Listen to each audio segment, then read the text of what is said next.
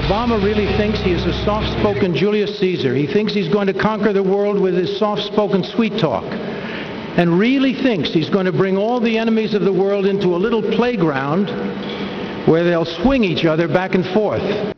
John Voight over this weekend at a political fundraiser. John, how are you, sir? Great. A guy who has been speaking out for quite some time, and I appreciate that. You appreciate you too. You've got to be taking heat. Are you ever going to work again?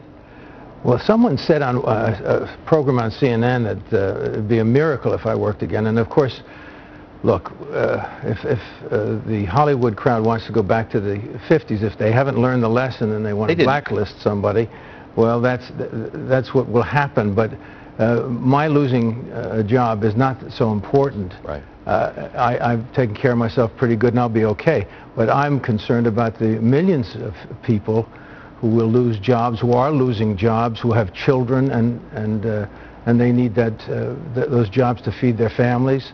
Listen, it's a serious time, so I'm not so worried about myself. You were, first of all, do you think it was a coincidence that you were blown up at the end of 24? Talk about prophecy. That's right. You were a lefty in the 60s. I was. Mm-hmm. What woke you up?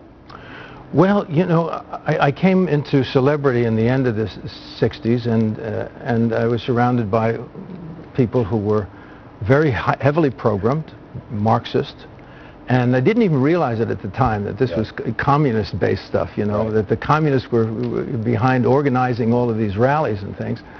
And I was swept up in that hysteria, and then, I'm ashamed to say, you know, I was in that group, and then I saw the end of the war. I saw us pull out, and then I saw the communists move in and slaughter 2.5 million people in South Vietnam and Cambodia. And I saw the left that had precipitated this turn away. Just walk away from it. You know, it is so... And it is so funny. I talked to David Horowitz just a couple of years ago, and he said that was the turning point for him too. He said they walked away, and he was like, wait, I thought we believed in something. Right. There's a lack of intellectual honesty. They didn't take seriously the blood that they had been directly causing. And it didn't, but I must say, programming is very, very deep, and I didn't really pull out of it for quite a while afterward. But that's where the dime dropped and things started to happen. And then then 9/11, of course. Back with John Voight next.